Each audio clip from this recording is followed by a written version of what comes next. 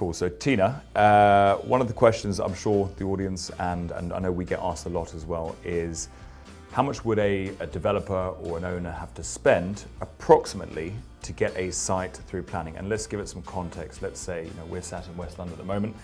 Let's say 10 apartments in West London. Yeah. What would it cost to work with an architect to get a site through planning?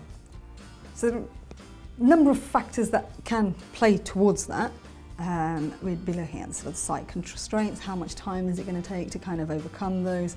Will we have to deal with loads of consultants, or is it something that we can deal with completely in-house? If it's not a complex site and it's quite straightforward, you've got a bit of land, it's easily accessible through the highways, and we can put up quite readily 10 apartments, which in West London is tricky in itself. Of course, yeah. You'd probably be looking anywhere sort of between £20,000 to £30,000, depending on the architect you use as well, because different architects have different overheads. A smaller team might be able to deliver it cheaper, but might not have necessarily the expertise that you're looking for to do that. So I think you need to look at it all in context, but if you have a slightly more complicated site, if it's greenbelt, conservation area, closer to sort of listed buildings, you need to factor in that you might need to engage some other consultants as well. So it won't just be the architect in your team. You might have a planning consultant, somebody that specialises in listed buildings or a heritage type situation. If it's a conversion, again, we're looking at different parameters, and in West London it may well be a conversion, and that the cost may well come down because you've got the existing building up there. The work involved is a lot less.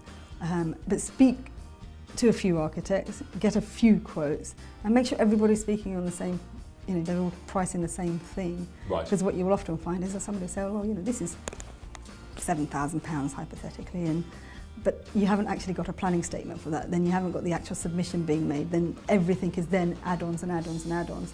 And if you can, get your architect to kind of fix to a lump sum at the outset so that you know what you're getting. It's not based on an hourly rate. Yeah, obviously if you change your mind in the design, or how many changes does that allow?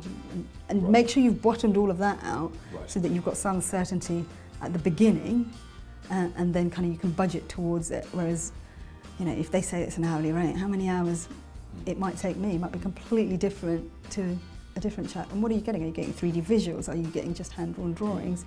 There's such a big spectrum of what people will deliver. Make sure you're getting the same thing from all of the people that you're quoting against, and then you'll probably get a fair, steady spectrum of what the price is. Don't always go with the cheapest, it's not necessarily the best. No, of course. But at that stage when you're filtering, then you can look at their experience, how relevant they are, and did you like them? It's a bit like when you choose a builder as well. Do you these people individuals or firm for a long time as well? Yeah, and can you have a conversation with them? Do they feel? Can you pick up the phone to them, or are you always getting their answer machine? And all of those little things which will frustrate you month, 2 months in, are things that you want to kind of be aware of. And, do they respond to your emails? How long does it take? All of those things, and then when you judge it, you've got an initial cost, but it's more than that. It's the back end value that you'll get from them at the same time. I think that's an excellent point as well. I think in the question that everyone should be asking, whether you're in a developer perspective or from the landowner's perspective, is what does it include as well? Obviously have a little bit of a brief beforehand in terms of what you'd like to see included, but I think making sure that it's transparent, that it's an open process as well, so that you know what you're getting and it is agreed and everybody's open. That's a fantastic point. Thank you, Tina. Thank you.